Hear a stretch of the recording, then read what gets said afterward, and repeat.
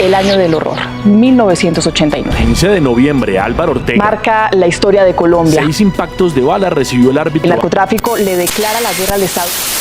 Mi nombre es Jonathan Tangarife y hoy, junto a Valeria Jiménez y Miguel Lagos, les hablaremos sobre el caso de Álvaro Ortega, el cual refleja lo que fue Colombia durante el año 1989. Al mismo tiempo, pone en paralelo la relación que hubo históricamente entre el narcotráfico y la violencia y el fútbol, dejando claro que ningún espectro de nuestra sociedad colombiana se libró de las garras del narcotráfico y particularmente de Pablo Emilio Escobar Gaviria. Hay quienes aseguran que si el silbato bolivarense Álvaro Ortega Madero hubiera encontrado las condiciones para practicar boxeo en su tierra natal, el Roble Bolívar, Colombia habría tenido otro campeón mundial en su historial. Y es que todos conocemos su memoria como el árbitro de fútbol colombiano asesinado el 15 de noviembre de 1989 por el Cartel de Medellín. Pero lo que muy pocos saben es que estudió economía en la Universidad Simón Bolívar de Barranquilla. Fue padre de 2 hijas y una de las posibles razones por las que decidió introducirse en el arbitraje fue para ejercer lo que desde niño anheló: ser boxeador. Esto encontraba sentido porque en las polvorientas canchas de fútbol de Barranquilla, donde Álvaro tuvo sus inicios, se necesitaba que los árbitros tuvieran nociones de boxeo. Esto para poder defenderse de los jugadores, cuerpo técnico y aficionados al tomar cualquier decisión, ya que en el campo de juego no contaba con ninguna protección policial y en muchas ocasiones ni siquiera con el servicio de árbitro en línea. En la década de los 80, los hermanos Ortega Madero, Álvaro, Carlos y Hegel marcaron un hito en el mundo del arbitraje. Álvaro en el Colegio de Árbitros del Atlántico y Carlos y Hegel en el Bolívar. Legado que hoy por hoy continúa con su sobrino Carlos Arturo Ortega Jaimes, quien ha debutado en el arbitraje profesional en los años 2019 y 2020, convirtiéndose en el primer árbitro internacional con escarapela FIFA oriundo del departamento de Bolívar.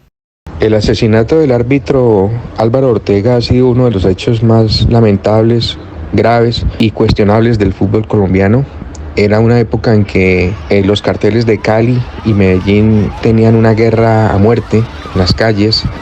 Había carros bomba, había asesinatos selectivos. La guerra era muy sangrienta. Entre el año 1980 y 1995, los principales actores del narcotráfico en Colombia fueron los carteles de Medellín y el cartel de Cali. Estos dominaron el mercado de cocaína hacia Estados Unidos y proporcionaron a Colombia en el mercado de las drogas psicoactivas. Esta época fue una época muy oscura para nuestro país, pues estas fuerzas de la mafia se apoderaron completamente de todos los contextos, de la justicia, la tranquilidad de la gente, la sociedad en sí y también del deporte. Tenemos que recordar que el cartel de Medellín y el cartel de Cali llevaron su guerra incluso adentro de la cancha, cada uno con equipos diferentes, patrocinándolos, encargándose de comprarlos y de traer jugadores, estrellas e incluso de mover sus fichas para con actividades, acciones de corrupción pudieran lograr alcanzar victorias, campeonatos, estrellas. Estos equipos fueron cuestionados, equipos como Nacional, equipos como el América de Cali, que incluso estuvo como organización dentro de la lista Clinton de los Estados Unidos, la lista destinada para organizaciones vinculadas al narcotráfico, y esto marcó un precedente en Colombia en todos los ámbitos, desde lo político, la justicia, lo social, lo deportivo. En estos años, entre 1980 y 1995, en donde el hombre más buscado del mundo era Pablo Emilio Escobar Gaviria, Colombia se vio inmersa y determinada por el narcotráfico en sí. Una clara muestra del creciente poderío que estaban teniendo los grupos delincuenciales y principalmente los grupos narcotraficantes en la época de 1989 y alrededores fueron los asesinatos de personajes destacados de nuestro país en otros ámbitos. Así como a Álvaro Ortega lo asesinaron en 1989 las garras del narcotráfico, también 3 años atrás, en 1986, fue asesinado por parte de sicarios del cartel de Medellín el entonces director del Espectador, Guillermo Cano. Posteriormente, en el mismo 1989, fue asesinado el candidato presidencial Luis Carlos Galán. Además, en 1990, por ejemplo, fue asesinado el también candidato presidencial Carlos Pizarro. Y esto sin hablar del exterminio del cual fueron víctimas los miembros del partido político Unión Patriótica desde su fundación hasta pasados los años 2000, en el cual murieron, entre otros, los candidatos Bernardo Jaramillo y Jaime Pardo Leal. El dinero del narcotráfico se campeaba en los clubes de una manera impresionante, sin vergüenza y pues al nivel de hacerle tanto daño al fútbol que se llegó a hablar entonces, o se llegó al nivel entonces de producir asesinatos, muertes como la del árbitro Ortega. El fútbol, una fachada propicia para el lavado de activos producto del narcotráfico. Desde inicio de la época de los 80, el narcotráfico ya permeaba notablemente al fútbol en Colombia. En el 83, las denuncias por la intervención e infiltración de narcos en los principales clubes profesionales, hechas por el ministro de Justicia Rodrigo Lara Bonilla, fueron silenciadas por la mafia un año después, tras su asesinato en Bogotá por sicarios del cartel de Medellín. La rivalidad entre los carteles de Cali y Medellín estaba clara. Era de público conocimiento que Miguel Rodríguez Orejuela tenía intereses en el América de Cali y el Independiente Santa Fe. Del mismo modo sucedía con Pablo Escobar con clubes como el Atlético Nacional y el Deportivo Independiente Medellín. Este último, el club del cual era hincha y en el que logró ser dueño y máximo accionista. Para finales del 88, el árbitro colombiano Armando Pérez canjeó su vida a cambio de un comunicado. Tras ser liberado 24 horas después de su secuestro realizado por un grupo de delincuentes representantes de varios clubes, hizo público el mensaje enviado por los mismos. Árbitro que pite mal, lo borramos. Estamos en el 26 de octubre de 1989. Se están enfrentando el América de Cali y el Independiente Medellín en el Estadio Pascual Guerrero. Los locales van adelante por 3-2. Hasta que a falta de 2 minutos para que el encuentro finalice, Carlos Castro anota un golazo antológico de chilena para poner el empate en el marcador. Dicha anotación sería anulada por el árbitro de aquel encuentro, el juez Álvaro Ortega, y al mismo tiempo lo que no sabía Ortega es que aquella decisión le acabaría costando la vida.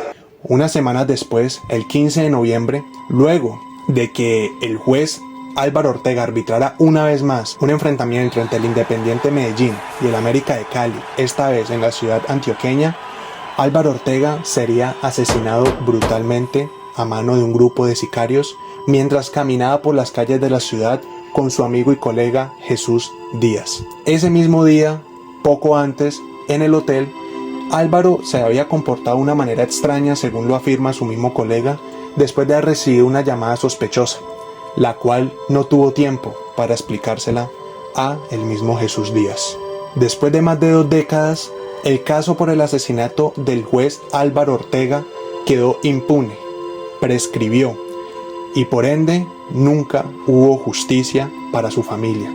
Al mismo tiempo, hasta el día de hoy se sigue especulando si su asesinato fue ordenado por apostadores o si por el contrario fue ordenado por el cartel de Medellín.